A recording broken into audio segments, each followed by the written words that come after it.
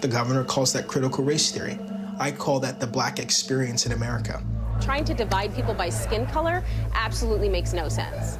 You think it's not settled that there's systemic racism? You think it's that you need to present both sides? There's always racism. Okay? There's always going to be people who are like that. But do I think that it's rampant in our schools or in our society? No, I really don't. In all my years, this is the biggest attack I've seen upon the freedom of the classroom, as I'll call it. I'm just so scared about the future of public education here in Florida, and I'm scared that it will create this movement across the nation. I feel like we need to learn that history so we can progress as a country, or else we just make the same mistakes. That is the state of affairs in Florida, where school started this week for most students in public schools, and where in each and every one of those schools, there is a new guy in class. His name is Ron DeSantis, the governor of Florida. DeSantis is in his first re-election battle this November, and while he has made a very big impression during his first term running the state, it seems clear that DeSantis' eye is fixed on the White House in 2024, and his path to get there seems to run right through Florida's public school system. Since he took office in 2019, Governor DeSantis has made it a priority to refashion the Florida school system according to right-wing conservative principles, a culture war over textbooks, lesson plans, book fairs, and classroom conversation. You may recall two signal pieces of legislation in particular, courtesy of Governor DeSantis. The so-called Don't Say Gay bill, which restricts the teaching of sexual and gender identity from kindergarten through third grade right now. Its impact on higher grades remains TBD. And the so-called Stop Woke Act, which bans the teaching of any lesson, especially about race and racism, that makes any group of students feel, quote, discomfort, which could be basically anything that suggests that systemic racism is real and that might make students who benefit from it feel guilty. Stop Woke and Don't Say Gay have become national flashpoints, and they have won DeSantis a lot of credibility within the Republican Party. But his work to assert conservative Christian doctrine inside the classroom began well before those notorious pieces of legislation. In fact, DeSantis started this ideological campaign with something seemingly so innocuous and so bipartisan that it raised very few red flags at the time. But what it created and what is arriving in Florida classrooms this week is alarming.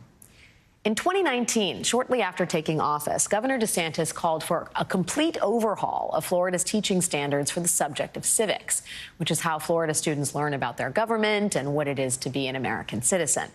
Democrats in the legislature, they supported the effort.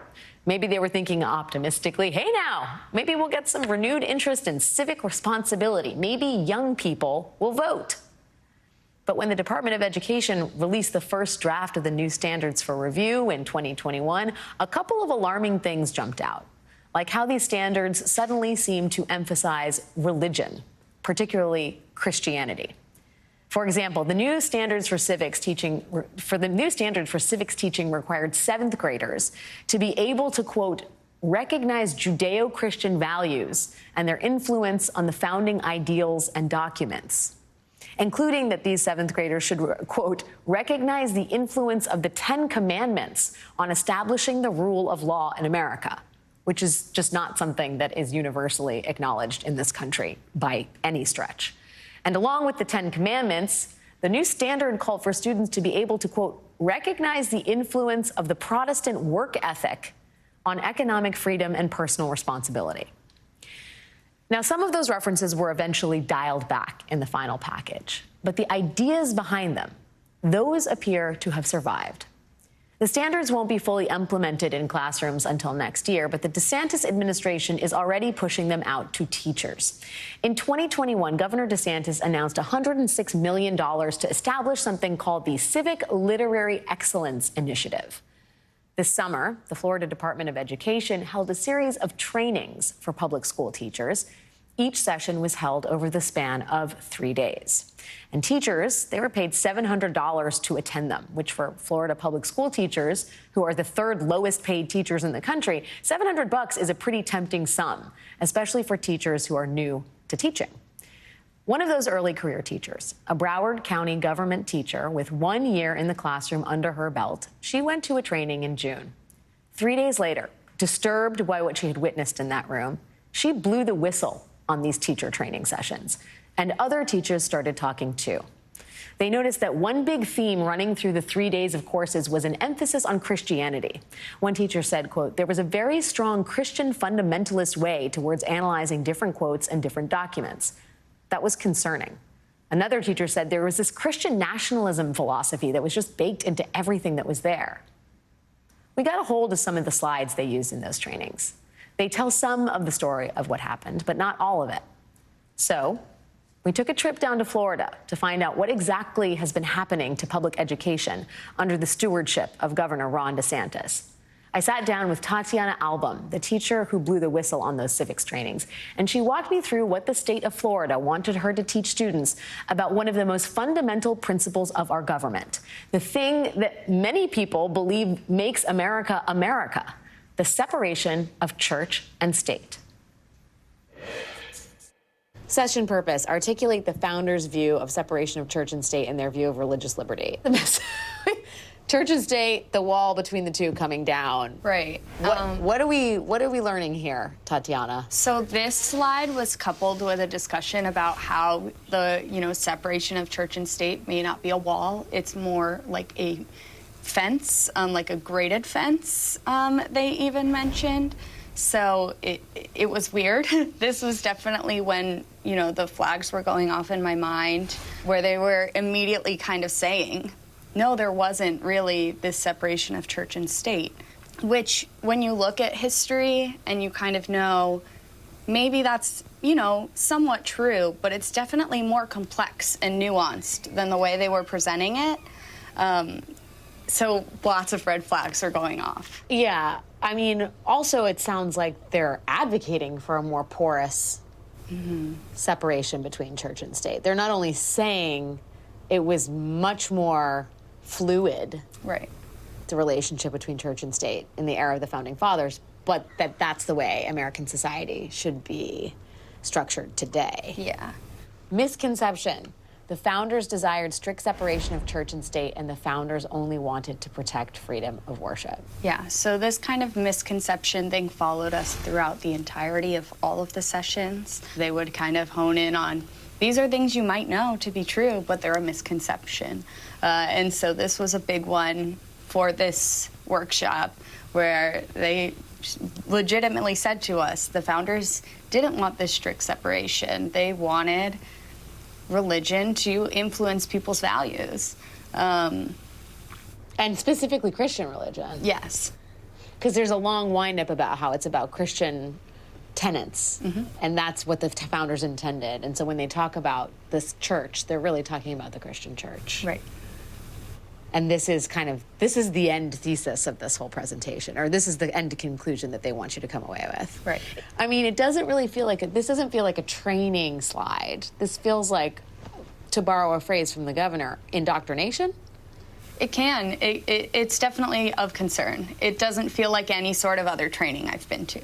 And are other teachers, I would assume there are other teachers who are maybe not Christians in the audience at the, Yes. And what are they saying? They were really concerned. A lot of the teachers I knew that were there, especially those that didn't grow up in a Christian household, they were very concerned and very worried about what was happening, especially those with a lot of tenure in the field. And nobody could raise their hands and question this? No. If you asked a question, they used my favorite teacher strategy, which is essentially to say, that's wonderful, great, great topic of discussion. We're going to come back to that. And then never come back to it, kind of hoping that they'll forget that they raised those questions. Then there is what the trainings had to say about how the courts should interpret the Constitution. In the real world, there is an ongoing debate between two fundamentally oppositional methods of interpretation. On the one side, there is originalism, the belief that courts should interpret the Constitution based on what the Founding Fathers believed when they wrote it way back in the 18th century. On the other side, the idea that the Constitution is a document whose interpretation evolves throughout the years as American society itself changes. But according to Tatiana, our teacher who sat through these trainings, the state of Florida appears to want teachers to think there is really only one correct view. I'll let you guess which one. Oh, yeah, this is interesting. So, I mean, tell me what you see in this slide. Yeah, so something they did here was they kind of brought up how the Supreme Court is the reason that we have the separation of church and state, not necessarily the Constitution. And so they talked about how, through these cases and others, the Supreme Court has interpreted the Constitution to mean this strong separation of church and state. However, through originalism, that might not be what the Constitution was saying. And there was a strong focus on originalism in terms of kind of understanding the Constitution. And originalism is seen as the right way to interpret the Constitution? By way of what we were taught at this training, yes. Right, so this suggests that the Supreme Court is going against the founders' original vision in Engel Vitale, which is the ending of school prayer. Mm-hmm. That's seen as maybe a bad development, moving away from the founding principles of America. Mm-hmm. There's a slide somewhere in here where he goes to talk about originalism, yes, interpreting. Yes, it's this one, interpreting the Constitution. And who's that? Scalia, Justice Scalia, mm-hmm. Who is probably the most notorious in the modern Supreme Court for being an originalist. Yeah. And kind of the more conservative court. Here they only mention originalism. There's no mention of any other justices in this slide. Just him and just originalism, which I think is a disservice, you know? I think that if we're gonna talk about it, we have to bring up all the different sides. We have to make sure we're including all the ways that people on our Supreme Court currently are interpreting this document. The Constitution, yeah. So the only way you're taught is originalism. Originalism, picture of Antonin Scalia. Right. As if, like, it's this guy, this is how we interpret the Constitution. Mm-hmm. This is as explicit as it gets. Yeah. Right? Yeah. Especially in this moment in America when we're looking at the legacy of Scalia and what originalism is doing to American society. That legacy, as enacted by the current 6-3 conservative court, obviously includes the overturning of Roe versus Wade, as well as the signal sent out by diehard originalist Justice Clarence Thomas that the rights to same-sex marriage and contraception, well, those should be reconsidered as well. That viewpoint is what Florida appears to be emphasizing when it comes to teaching public school students about their government. And wait till you hear what the state of Florida wants civics teachers to tell their students about slavery. We will get to that, plus reaction from one of America's most prominent voices on history, race, and politics, coming up next.